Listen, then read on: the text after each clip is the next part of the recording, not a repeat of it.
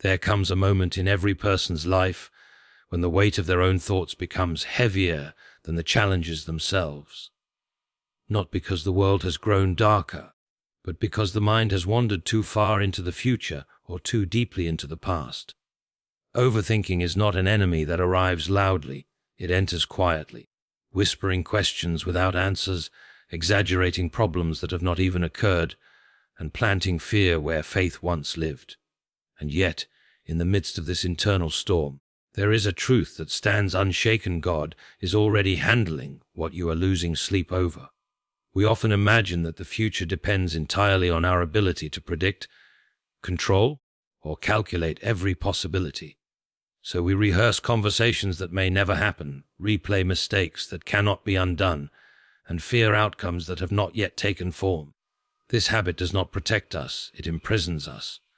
The mind becomes a battlefield where fear and faith wrestle for dominance. But what if the very thing we are overthinking is already under God's command? What if the doors we dread might close are already opening quietly behind the scenes?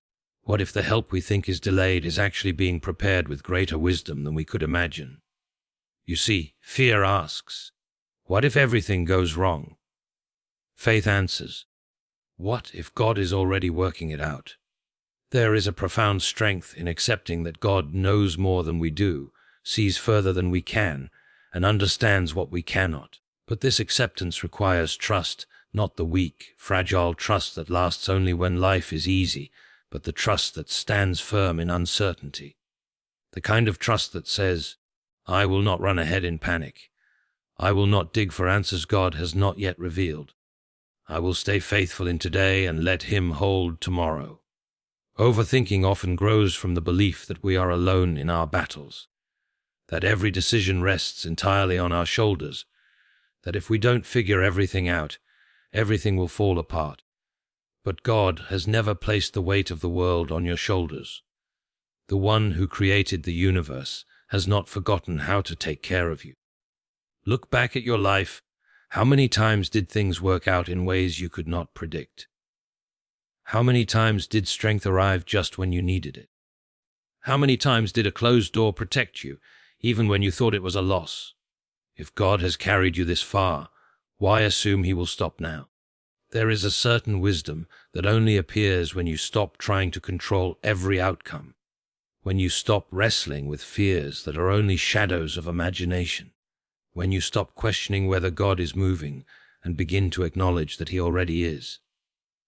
You cannot hear His guidance when your mind is louder than His voice, but when you quiet your thoughts, clarity returns, peace becomes possible, and the path ahead, even if still uncertain, no longer feels threatening. Consider this. Birds never sit in trees worrying whether the next branch will hold them. They rest on their wings, not the branches. Their confidence is in what God gave them, not where they land. Likewise, your confidence should not rest in circumstances, people, or predictions, but in the God who equips you, guides you, and walks with you. Overthinking makes you forget your wings. Life will always present situations that seem impossible, unpredictable, and overwhelming. But your reaction does not have to mirror the chaos. You can stand in a storm and still be steady, not because the storm is weak, but because God is strong. You can move forward without having all the answers because God holds the answers. You can release the fear of, what if, because God remains faithful in every even if. Let go of the belief that everything depends on your understanding. Let go of the constant need to analyze every detail. Let go of the future that is not yours and the past that no longer belongs to you. God is not asking you to carry everything, only to trust Him with everything. He is already working on the situation you fear. He is already arranging the pathway you cannot see. He is already preparing answers to questions you haven't formed yet. He is already handling it. Your task is simple: stop overthinking and start believing again. Not blindly, not foolishly, but with the quiet confidence of someone who knows they are not walking alone.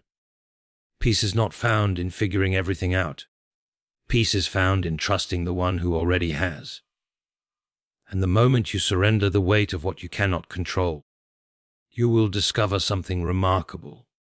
The very thing you worried about was already in God's hands all along. Overthinking is one of the most deceptive habits of the human mind, because it does not announce itself as danger. It presents itself as caution, responsibility, and intelligence. It often disguises itself as wisdom, the voice that convinces you to think again and prepare for every outcome, but beneath that surface is a restless fear. It pushes you to replay conversations that have already happened, rehearse encounters that may never occur, and imagine outcomes that have no grounding in reality. Overthinking builds new problems each time you look for solutions, and by the time one anxiety is addressed, another rises. It becomes a cycle that never sleeps and never allows you to feel steady. Yet the tragic part is this: while your mind is busy constructing imaginary disasters, God is quietly working on real deliverance. His activity does not stop because your thoughts are chaotic, but your awareness of his activity becomes clouded. Anxiety narrows your vision until you only see obstacles, never progress. You begin to mistake silence for absence, delay for denial, and uncertainty for danger, even though God may be rearranging circumstances behind the scenes in ways you cannot yet perceive. There are moments when God is guiding you, strengthening you, protecting you, or opening opportunities, but because overthinking has turned your attention inward, you cannot recognize what is unfolding around you. You can be standing in the middle of answered prayers and still feel abandoned if your mind is trapped in fear. Overthinking exaggerates disappointment, magnifies threats, distorts the intentions of others, and misinterprets the meaning of events. It becomes difficult to distinguish between what is truly happening and what your thoughts are inventing. When your mind is filled with catastrophic predictions, even small challenges feel like collapse and ordinary delays feel like divine rejection. Overthinking blinds you not because God is not working, but because the noise of your thoughts is louder than the quiet movements of His grace. God's work is often subtle. He does not always announce His intentions through dramatic signs or immediate results. Sometimes He works through slow transformation, unseen protection, hidden preparation, or quiet redirection. But overthinking demands urgency, answers, clarity, and control. The mind that overthinks wants to know every detail before taking a step. It wants to predict the future before entering it. It wants to eliminate all risk before attempting anything. This mindset prevents spiritual vision because God rarely reveals everything at once. He gives light for the next step, not the next 10 years. When you insist on seeing the entire path, you overlook the lamp He has already placed at your feet. Overthinking convinces you that danger is everywhere, but faith teaches you that God is everywhere. When the mind is consumed with fear, you view life through the lens of self-preservation instead of divine preservation. You assume you are carrying yourself, fighting for yourself, and navigating alone, even when God has been sustaining you every step of the way. Many people sabotage their own peace because they trust their fears more than they trust God's wisdom. They allow imagination to become their guide instead of faith. The mind becomes a projector displaying scenes of worst-case scenarios, and the heart reacts as though those scenes are fact.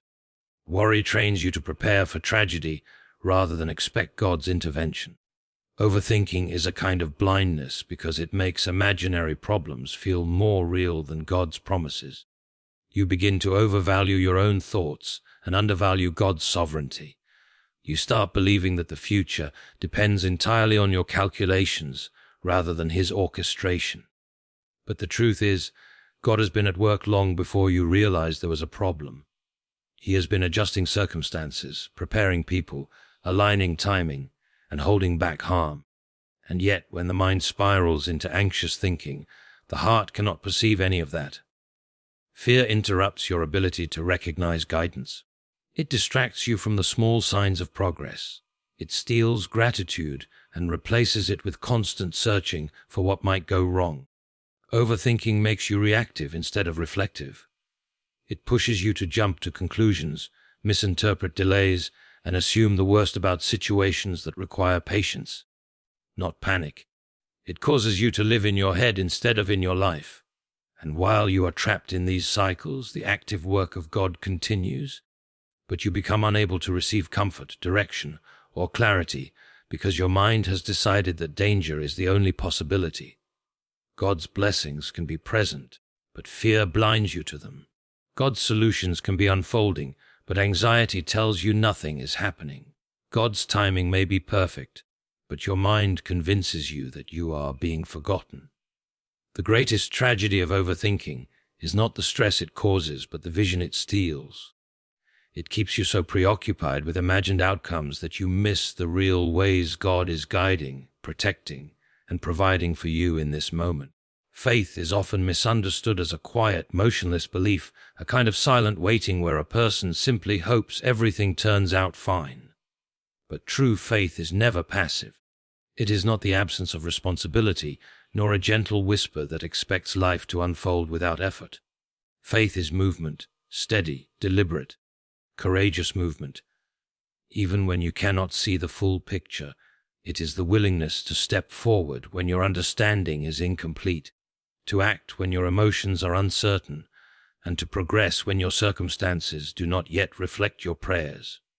Faith demands something from you. The willingness to walk before the outcome is revealed, the courage to trust when the path is dim, and the strength to obey even when your feelings disagree. The one who lives by faith does not sit still waiting for perfect clarity. They move because they trust the one who guides them, not because they have mastered every detail of the journey.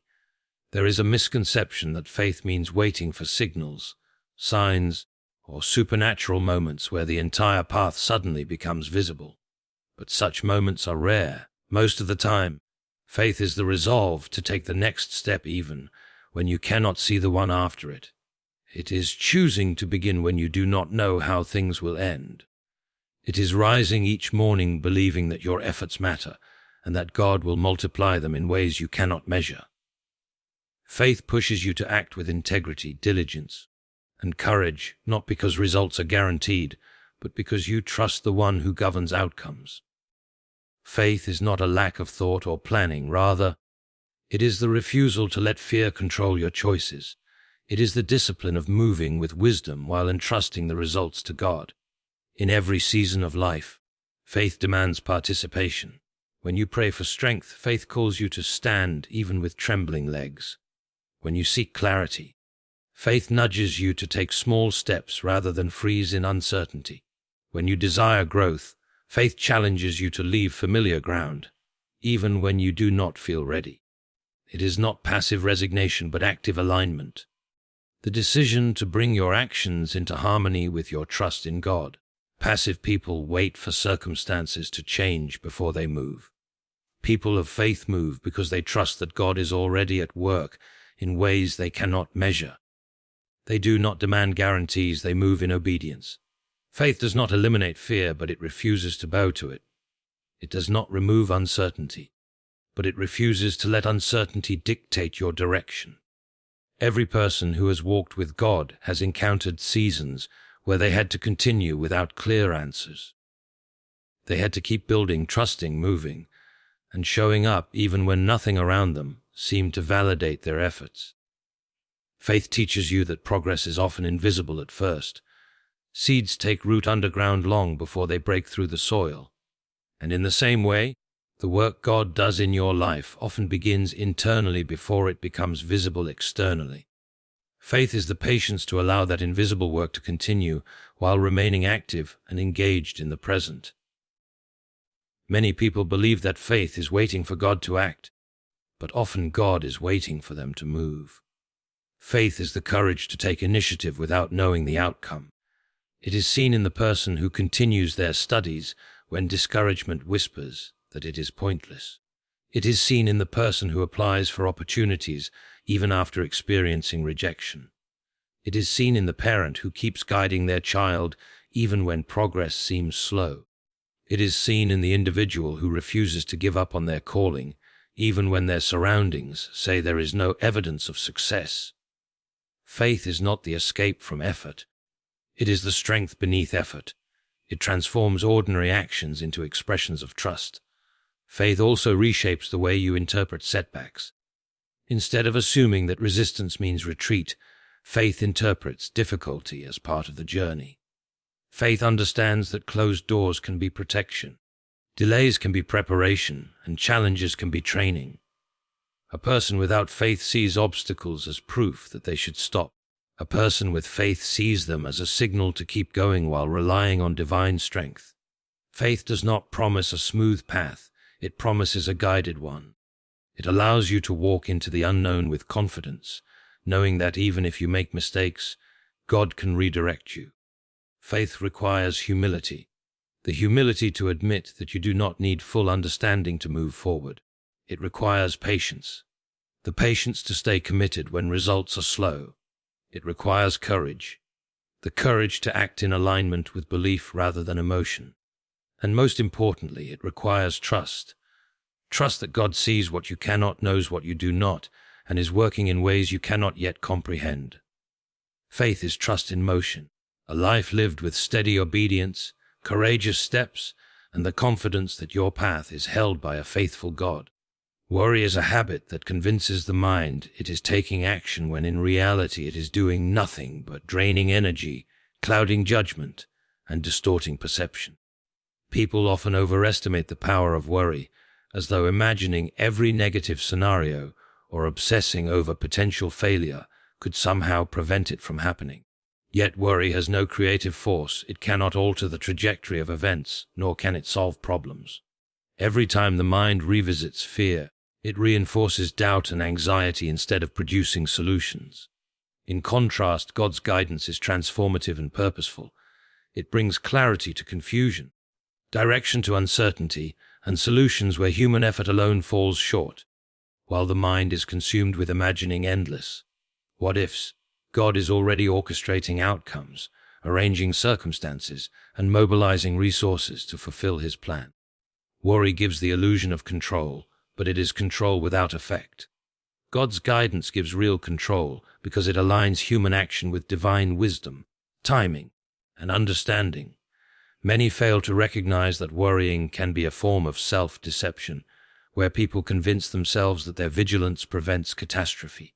In reality, it creates paralysis. Worry magnifies obstacles, exaggerates risks, and builds mountains out of molehills.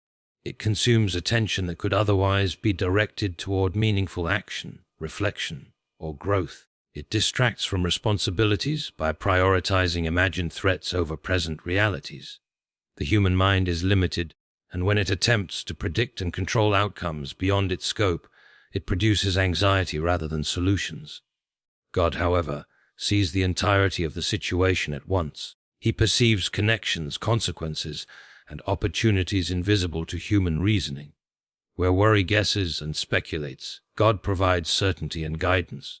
Trusting in God's wisdom allows a person to act with purpose rather than react with fear, to make decisions rooted in clarity rather than panic, and to move forward without being burdened by unnecessary stress. Worry also undermines faith because it replaces reliance on God with reliance on human foresight. It assumes that without constant vigilance, failure is inevitable. This attitude shifts attention inward, making the individual believe that their thoughts or calculations are what will prevent disaster. But human foresight is limited. The mind cannot account for every variable, nor can it see beyond the immediate present. God's guidance, by contrast, encompasses both the seen and the unseen.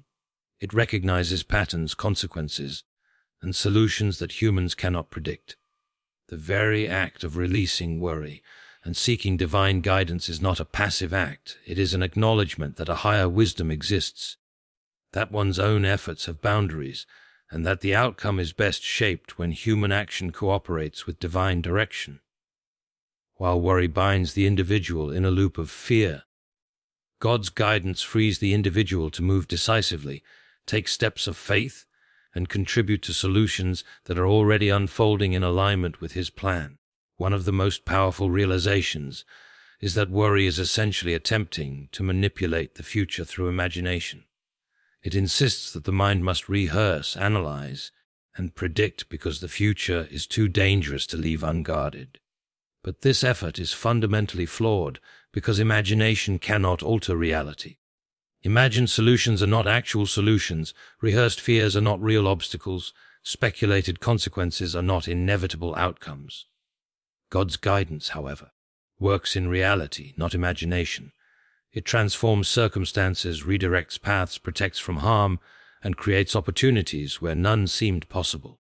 People who trust in God do not eliminate challenges, but they approach them with clarity, wisdom, and resilience. Their focus shifts from obsessing over what could go wrong to understanding what can be done now under God's guidance. In this way, faith and action converge to produce results far beyond the reach of worry. Furthermore, worry prevents the mind from perceiving the subtle ways God is intervening. Answers to prayers, small adjustments in circumstances, timely connections with others, and intuitive insights often go unnoticed because the mind is consumed with fear. God's guidance frequently works behind the scenes, gently nudging, redirecting, and orchestrating outcomes in ways that may not be immediately visible. Worry blinds the individual to these movements, giving the impression that nothing is happening when, in reality, everything is being arranged. To embrace God's guidance is to align one's actions, decisions, and perspective with His wisdom, recognizing that worry adds no value while trust and obedience do. The choice is clear: one can be paralyzed by fear or empowered by faith. Worry keeps life in stagnation. God's guidance moves life toward purpose and fulfillment. To live free from worry is not to ignore challenges or abandon responsibility. It is to act within the scope of one's influence while entrusting results to God. It is to acknowledge that while the future is uncertain, it is not uncontrolled, and while humans are limited, God's power is not. It is to replace anxiety with discernment, speculation with prayer, and fear with trust. Real change does not come from repeated mental rehearsal of problems, but from alignment with divine wisdom. Your worry cannot change the outcome, but God's guidance can, and when embraced, it transforms not only situations but the heart, mind, and life of the one who chooses to trust. Peace is rarely found in circumstances, possessions, or outcomes. It is found in the heart that has learned to surrender what it cannot control. Most human anxiety originates from a single, stubborn belief that we are responsible for everything, that the outcome of every situation rests in our hands, and that any lapse in effort or foresight could lead to disaster. This belief creates tension, frustration, and constant mental agitation because life is inherently unpredictable. There will always be variables beyond comprehension, timing that cannot be forced, people who act contrary to expectation, and circumstances that resist manipulation. The mind struggles against this truth, attempting to assert control where control is impossible, and the result is stress, worry, and inner chaos. Surrender is not defeat, it is the realization that control is an illusion in matters that only God governs. The moment a person relinquishes this illusion, a remarkable clarity emerges. Anxiety eases, the mind quiets, and peace begins to take root, not because the world has changed, but because the perspective has shifted. Surrender is the alignment of human effort with divine sovereignty, the recognition that while humans act within their limits, God acts beyond them, and the two work best in harmony. Surrender requires discernment. It does not mean abandoning responsibility, giving up effort, or ignoring obligations. On the contrary, it means acting fully within the sphere of influence, while accepting that results cannot be guaranteed. The person who surrenders is diligent, attentive, and proactive, but they do so without carrying the unbearable weight of controlling the uncontrollable. They recognize that outcomes often depend on forces beyond their perception, and they choose to cooperate with divine timing rather than force human schedules. This surrender allows focus to shift from the overwhelming what-ifs to actionable steps within their control. It allows energy previously consumed by worry to be redirected toward preparation, growth, creativity, and problem-solving. The mind is free to think clearly, the heart free to trust deeply, and the soul free to experience genuine peace. When humans accept the limits of control, they discover that peace is not a reward, but a natural consequence of trust and obedience. Surrendering control also reframes failure, delay, and obstacles. Many people experience frustration when circumstances do not align with their plans. They interpret delays as setbacks, mistakes as disasters, and opposition as evidence that they are alone or forgotten. Surrender changes this interpretation. It teaches that closed doors may be protective, mistakes may be instructive, and delays may be preparation. When humans release the illusion of control, they see obstacles through a lens of guidance rather than threat. Challenges no longer feel like punishment, but opportunities for learning, growth, and alignment with God's timing. Peace arrives when the mind understands that resistance is not the absence of guidance, but often the presence of greater wisdom shaping the journey. Surrender is an act of trust that life, even when imperfect, is under divine care, and this trust diminishes fear while increasing resilience. Another critical dimension of surrender is releasing people to God's care. Many anxieties come from attempting to control or predict the behavior, choices, or actions of others. Parents worry excessively for their children, leaders stress over the decisions of their teams, friends fret over loved ones' paths, and individuals fixate on the responses of colleagues or society. While responsibility and counsel are necessary, obsessive control of others is futile. True peace comes when we do what is within our ability and entrust the rest to God. Recognizing that each person has freedom, that divine influence is often unseen, and that outcomes are ultimately guided by wisdom greater than human foresight brings liberation from relational tension. Surrender allows compassion without obsession, guidance without manipulation, and involvement without domination. Peace is restored because the mind no longer fights battles it was never meant to fight. Surrender also requires patience. Humans often attempt to accelerate outcomes, create solutions prematurely, or force circumstances to fit a timeline. Impatience creates agitation, frustration, and the illusion that God is inactive. Surrender teaches that divine timing is not a delay but a design. Waiting does not signify abandonment, it signifies preparation.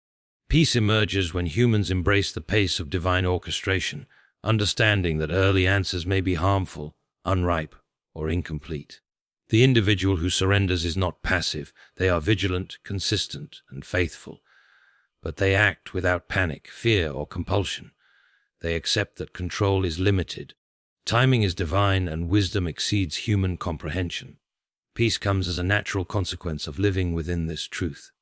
Ultimately, surrender is a conscious choice to release outcomes, relinquish control, and trust divine governance. It is the recognition that attempting to manipulate life's uncontrollable aspects only produces stress, while trust in God's wisdom produces clarity. It is an ongoing practice of letting go, daily choosing to align effort with faith rather than fear. When a person fully surrenders what they cannot control, the burden of responsibility lightens, anxiety diminishes, and a profound peace emerges. This peace is not dependent on circumstances, appearances, or external validation. It is a state of alignment with truth, a resting in God's sovereignty, and a liberation of mind, heart, and soul. To surrender is to experience life as it was meant to be, with confidence in divine guidance and serenity in the midst of uncertainty.